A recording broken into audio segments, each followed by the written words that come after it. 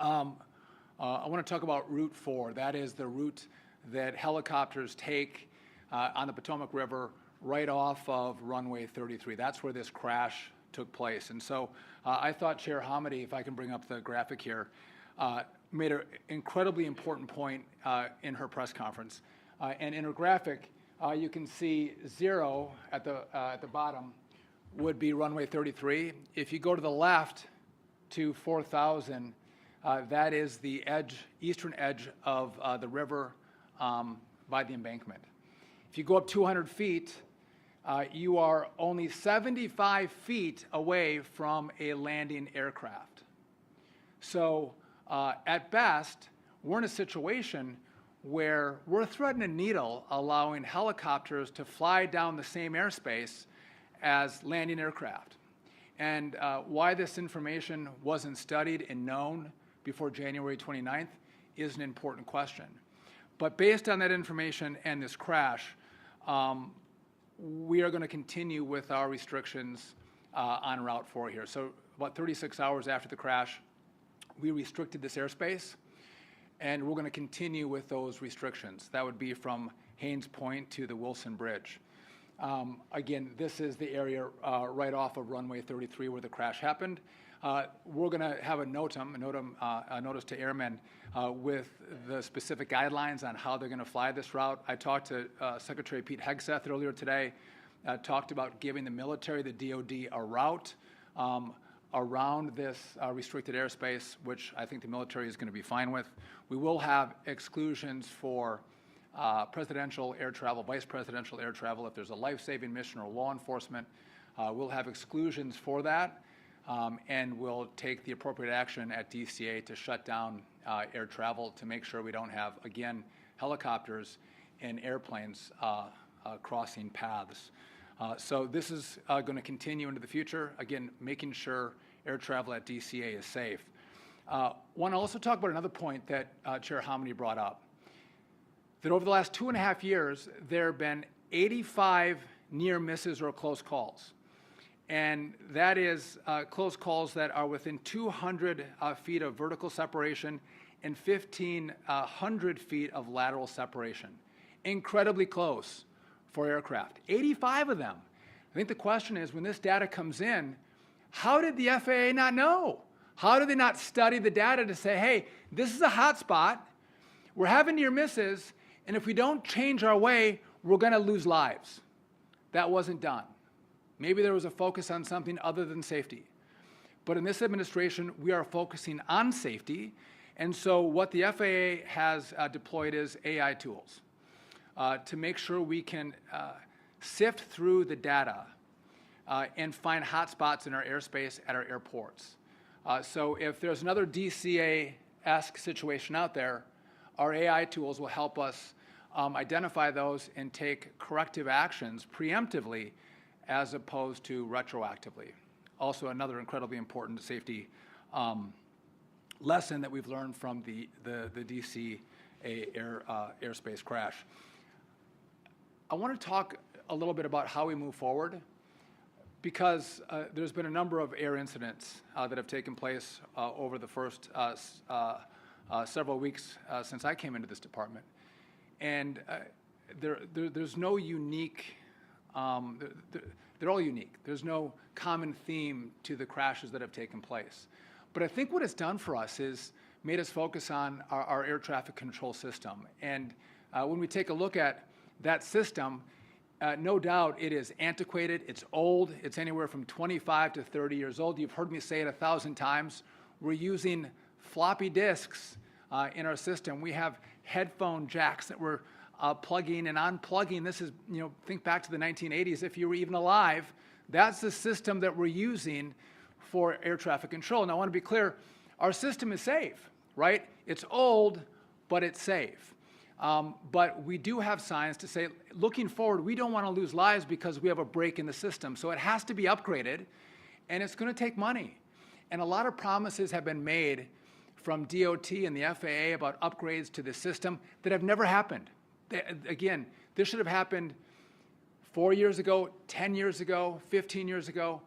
But right now we're at a point where we can actually do it, and we can do it really fast. Again, we're thinking, 3.5, 4 years we can get this completed. A brand new air traffic control system, gold-plated, envy of the world. And so what we're looking at doing is they're not simple. This is high-tech stuff, but we are going to move from copper wires. We're going to go to fiber, wireless, and satellite, right? A combination of those three in our system. We have radar. Again, it works, but this is from the 1970s or early 80s is the newest radar that we use. We are going to get state-of-the-art, brand new radar to feed into our cabs, into our towers, into our scopes. We need state-of-the-art new terminals for our air traffic controllers. So they have all the right screens with all the best technology behind it that gives them the best data to analyze as they give instructions to air traffic. And finally, we're going to deploy resources for runway safety, new technology that will allow our air traffic controllers not to use binoculars in the tower to see where aircraft are at, but to actually have ground radar or sensors at our airports that will allow air traffic controllers to see where airplanes are at and better control their movements. We've heard a lot of news stories of just near misses on the tarmac. And how do you alleviate that? Take away the binoculars and give them technology so they can see on their screens where every aircraft is at. And I think by doing this, we are going to greatly improve our safety in the system, but it's also going to improve the efficiency that we have in American air travel, which I think will mean less delays, less cancellations, and again, better safety. Now, just a real quick point. This is going to cost money, and we're in an environment where there's a lot of cost cutting. We're looking for savings everywhere in government, and that's appropriate. I think we have a government that is far too bloated, far too fat. We can go on a diet, but that doesn't mean we don't see points that need investment, and this is a place that we need investment. So in the next couple of weeks, I'm going to come out with this plan. I'm going to share it with the Congress, get their feedback, let them put their fingerprints on it, but then I'm going to come back and I'm going to ask the Congress for all the money up front so we can expedite this process of building out this system. One of the problems is it takes too long. If you go 6, 8, 15 years, Congresses change, money changes, priority changes, administrations change, technology changes, and they do fits and starts. They start to upgrade technology, and it never gets completed. It's not that the Congress never gave any money. It's not that the FAA didn't want to do the upgrades.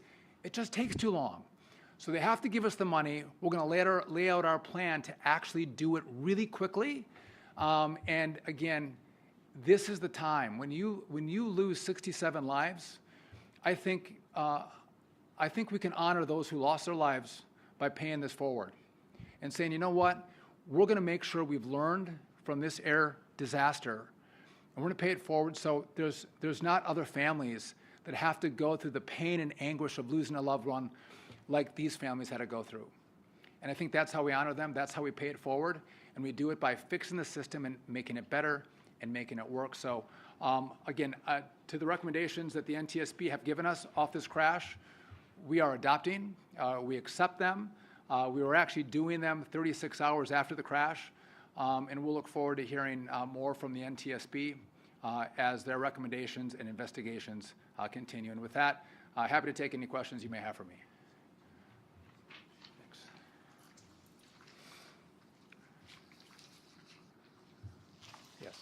Hi, yeah, Will Geisbach from the Air Current. I was wondering if you could expand a little bit on the AI tools that you mentioned were being used. I know that there's been plans in the past, especially at FAA, to implement those tools in existing databases of like safety data, safety voluntary reporting databases. Can you talk a little bit about where that's being used and when it started?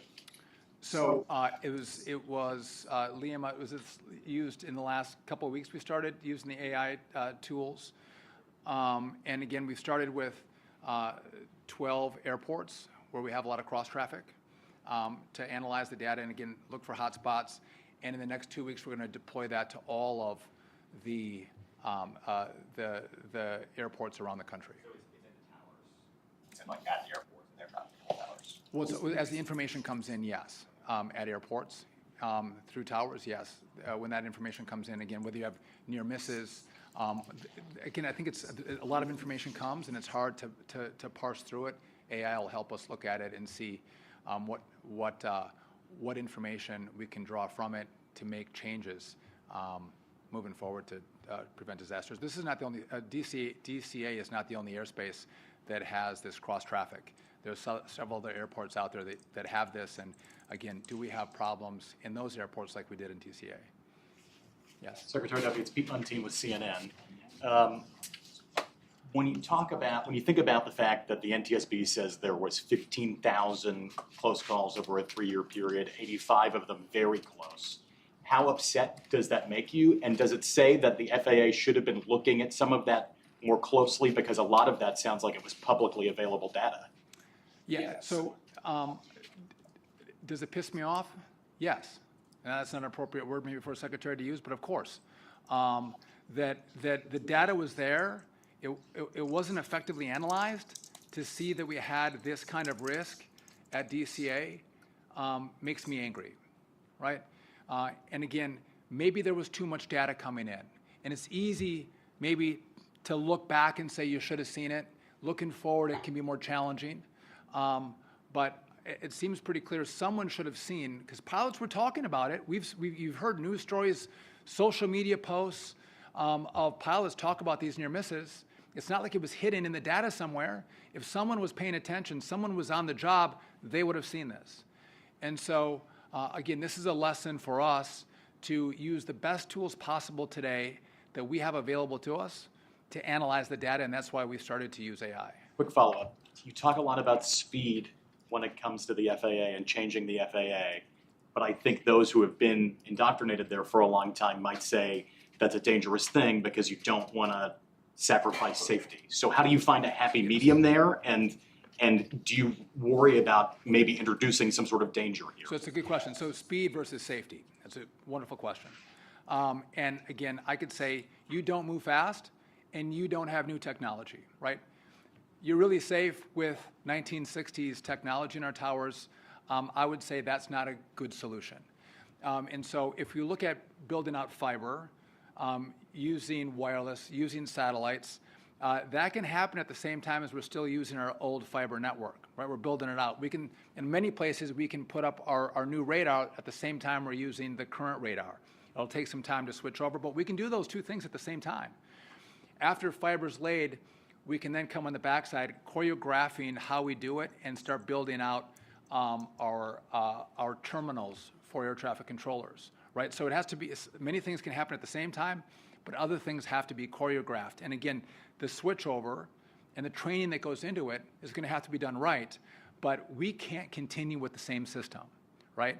And the reason it's not done is not because of money, not because there wasn't a will, but because we get killed by time. So you have to move fast. And you can train. Listen, it's America. 4 years is still a long time to do this. To get people trained up, to get the technology deployed to build the state-of-the-art air traffic control system, I think we can't accept anything but that. Yes? Hi, Secretary Duffy. Ali Versprell from Bloomberg News. You previously on Fox mentioned an 18-month time frame for rebuilding the air traffic control system. And right now you talked about 3.5 to 4 years. Can you kind of clarify what you're hoping to get done in 18 months versus the multi-year timeline? The question was 18 months to now 3.5 years. What happened? Listen, I'm not going to do it. We're not going to do a partial. We are going to give you a brand new system, the best of the best, state of the art, and I think we're America. We deserve that. We should have that. So I'm putting everything in to give America the best air traffic control system possible. And again, I think the American people want it, and I think the Congress wants it, and I'm going to give them a plan that'll show that we can do it. Yes. Secretary Duffy, Dave Shepardson from Reuters. So are you going to maintain all the existing restrictions on helicopters at DCA? And can you talk about the fact that the helicopter was not using ADS-B out, and whether you want the military to use that safety system on routine training missions? And just on the congressional side, the Prime Administration asked for $8 billion. It sounds like what you're talking about is something much higher than that to get a new system and address all the antiquated parts of the So, yeah, so it's going to be a lot of money, but in regard to how Washington spends money, I think it's going to be a pretty reasonable number. And again, I'm all for efficiencies and slimming down the size of our government, but there are things you have to invest in, and we'll try to do it as cost effectively as possible. But it'll be tens of billions of dollars to fix it, I believe. And again, the Congress sends the money. The Congress, there are smart legislators who understand this space very well, and we'll look for their feedback.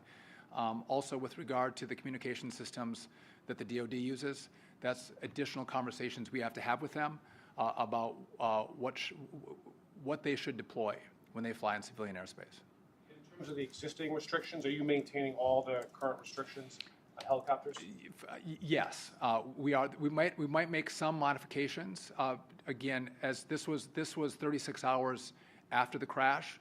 So now with the report, I want to make sure that we have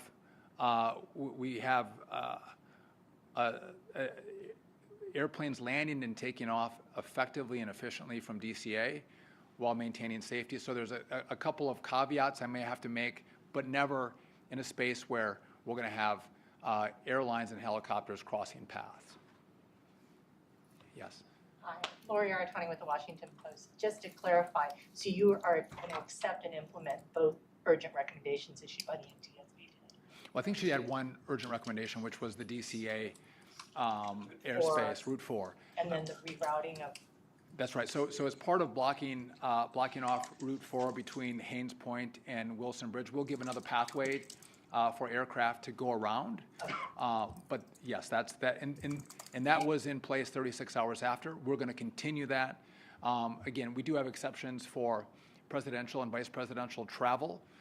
The airspace gets shut down when that happens. They can travel Route 4, but airplanes aren't coming into DCA during those time periods. So yes. Okay, can I sneak one more in, which is Sure. I know you have an existing vendor that's working on the modernization of the national airspace. What happens with that Verizon contract? So the Verizon contract is still in play. How we move forward is a question we're going to grapple with. But again, I need contractors. By the way, for the telecom, we currently have 200 providers. Not one company can't do it alone, but I want companies who are going to build excellent infrastructure and build it quickly. That's what we need. And those who are on board are going to work with us. Those who aren't won't get contracts. Got it. Thank you. Yes. Just to follow up on our question, Sam Obazalek at Politico, I want to triple check. You're accepting both urgent recommendations today, both permanent restrictions on Route 4 and the alternate route. So again, Route 4 is closed off, like it has been per the recommendation from Haynes Point to the Wilson Bridge. We're going to continue with that. Now, there are points where other aircraft can come through, like the president, if there's a life-saving mission, if there's a law enforcement mission. We'll deal with air traffic at DCA as we allow those aircraft to come through. We're going to have a notice to airmen that comes out. We're going to put all the finer points on this by tomorrow and release that to the public and to pilots. And in regard to DOT's RIF plan, how many layoffs are expected agency-wide and specifically at the FAA? Well, when we make that decision, I'll get back to you, or you can reach out to us. Yes? Hi, it's Tina Humphries at ABC News. A part of the alternate routes with the cancellation of using Route 4, does that include flying over residential areas at all, or just another body of water? We're gonna put all the details out on that tomorrow, so you'll see what the plan looks like. But I think the clear point here is having helicopters fly under landing aircraft and allowing helicopter pilots to say, I'll maintain visual separation. That is not going to happen anymore. That is too risky. You're threading the needle, and it's going to stop. Thank you, Mr. Secretary. Just a question on safety more broadly. I'm sure you've seen Delta's CEO came out and said that airfare ticket sales are down as a result of the recent crashes. I think American changed its revenue outlook to the downside as a result of the crashes. They've said that flying is still safe. You've said it. NTSB Chair Homendy has said it. But are you worried that these assurances are not getting through to the flying public or the public writ large? Listen, I think whenever you have a crash that gets the attention that this one did, people will pause for a moment. But when they pause and reflect, they would say, of course, millions of flights, hundreds of millions of passengers a year travel on airplanes in this country. It is the safest mode of transportation. I think Chair Hamady made the point, it's more dangerous to drive to the airport than it is to fly out of the airport. And that's true. Again, and we have to work on this number. We lose over 40,000 people a year in car crashes. Way too many. We got to bring that number down. We don't lose anywhere near that number in air travel. So again, this is incredibly safe. But again, I think what I'm doing is learning lessons from what happened in the last month, but then also looking at what risks do we have in the future, and let's fix those risks before we have any loss of life. One more question? Yeah. I have a weird technical question that you might not be able to answer. The FAA instituted, I think, 45 of the runway interference technology, and how does that differ from the AI technology? Is that a wonky question? So Yeah. Last year, the FAA instituted like 45 of the radar technology at the. I'll connect with my lab. Okay. But I'm going to pivot to another question. A lot of That's the deal. You a can lot of the pivot stuff to that you're saying about the fixing the NAS and everything like that, that's not new, right? The transition to fiber, that was a part of the FAA restructuring. What's new here? Is it just that this is the time to actually, you've got the momentum, let's do it? So a couple things are new. We're going to do it all at the same time, right? That doesn't mean we switch over all at the same time, because I think CNN asked or made the point that can be risky. We want to make sure we train and have a smart switchover, but we're not doing a step-by-step approach, right? And to your point, you'd say, well, let's look at next gen. We already said we're going to do it. Well, look at the space. Talk to an air traffic controller. Talk to pilots. Talk to CEOs of airlines. It hasn't been done. And so our mission is to have, and I've made this call, and I've had a lot of feedback. I want some of the best engineers, some of the best minds in America to help us think through how we can do this really quickly. Again, we can lay fiber. It can be done quickly, but those who lay fiber can't put us at the back of the line. We can't come before every other customer that they have. They should put us at the front of the line to make sure they do our work first. And again, with that kind of focus, I think the promises that have been made for over a decade that have never come to fruition can actually happen. And again, I would just note that President Trump moves at a different speed, and he brings in different talent to help accomplish the goals of his administration, and we're going to tap into that talent. Southwest did a 2-year upgrade of their system. Huge overhaul. They had an old system as well. And I've talked to the CEO of Southwest, and he said, I'll share with you what I did right. I'll share some of the mistakes that we made so you won't make them yourself. But the whole industry is cheering us on to make this happen. And again, I want to use the taxpayer money well, but we don't want to shortchange this effort. This is a moment in time that we can pay these lives forward and fix a system that was broken, and again, do it quickly. One more. On Verizon, you said the contract's in play. Do you anticipate that $2.4 billion contract to Verizon being renegotiated? Could you see part of it going to Starlink or some other company? So I need action. I need people to move. I need, if we have a $2.4 billion contract, I want the fiber in the ground. We're over a year into that contract, and how far along are we? That's the question. And so I want companies that want to move fast and build this out. I can't wait 10 years. You can't wait 10. The American people can't wait 10 years or 12 years to lay fiber. We have copper right now. And so I need companies that are going to move at the speed of Donald Trump. And those that want to do it, they want to put the effort in and say, we're the company that can do this for you and with you. Those are the companies that I want to hire. And now, may that be Verizon? Maybe. But if I'm looking back, they're not moving fast enough. I need companies that are going to move fast. And it's not going to be one company. We're going to need a lot of companies to buy in and help build out this system. And so I want to thank you all for coming out. Stay tuned. 10 days, 2 weeks. We're going to roll this out, give it to the Hill, put a price tag on it, and we're going to start the work of building a brand new air traffic control system that will be the envy of the world. And with that, thank you very much.